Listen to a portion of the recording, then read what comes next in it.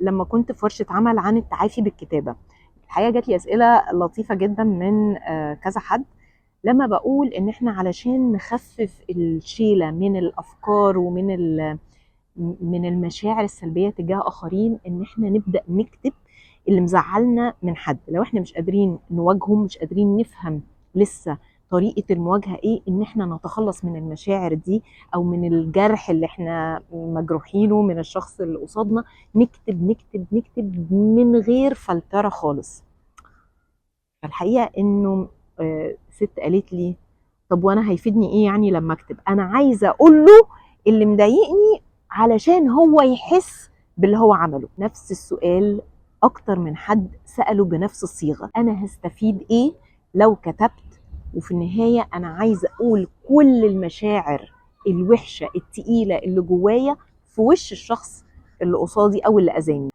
هنا الخلط ما بين حاجتين مهمين جدا. احنا مش بنكتب علشان نعمل انتقام او نعمل مواجهة، لا، احنا بنخفف من على نفسنا، احنا الاساس. احنا مش عايزين نثبت ان احنا الصح خالص. الغرض من الكتابة انه احنا نتخلص، نتطهر، نخفف كل الشيلة السخيفة بتاعة المشاعر اللي بتقلنا، بتقل روحنا، بتقل افكارنا، بتعطلنا. حتى لو احنا عايزين في يوم من الايام عايزين نواجه، ساعتها هنواجه بطريقه غلط. طيب هنستفيد ايه بقى لما نبدا نكتب؟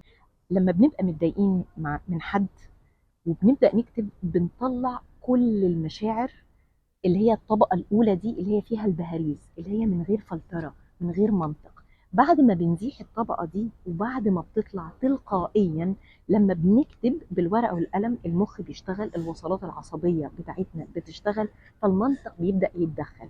فاللي بيحصل إنه المشاعر شوية بتتحيد، فغصب عننا بنبدأ نشوف الحدث من زاوية تانية، بمنظور مختلف، بمنطق ما بيبقاش بنفس الحده بتاعه المشاعر. طبيعي جدا.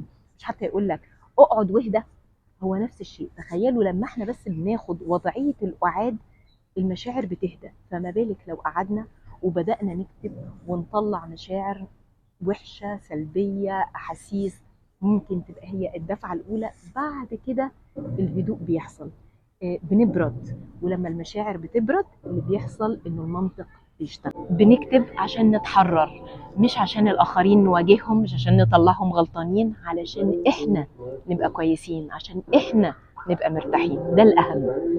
اكتبوا مشاعركم، هتحسوا ان انتوا في حالة اهدى، وهو ده اللي احنا بندور عليه كلنا. ربنا يهدي قلوبنا جميعا.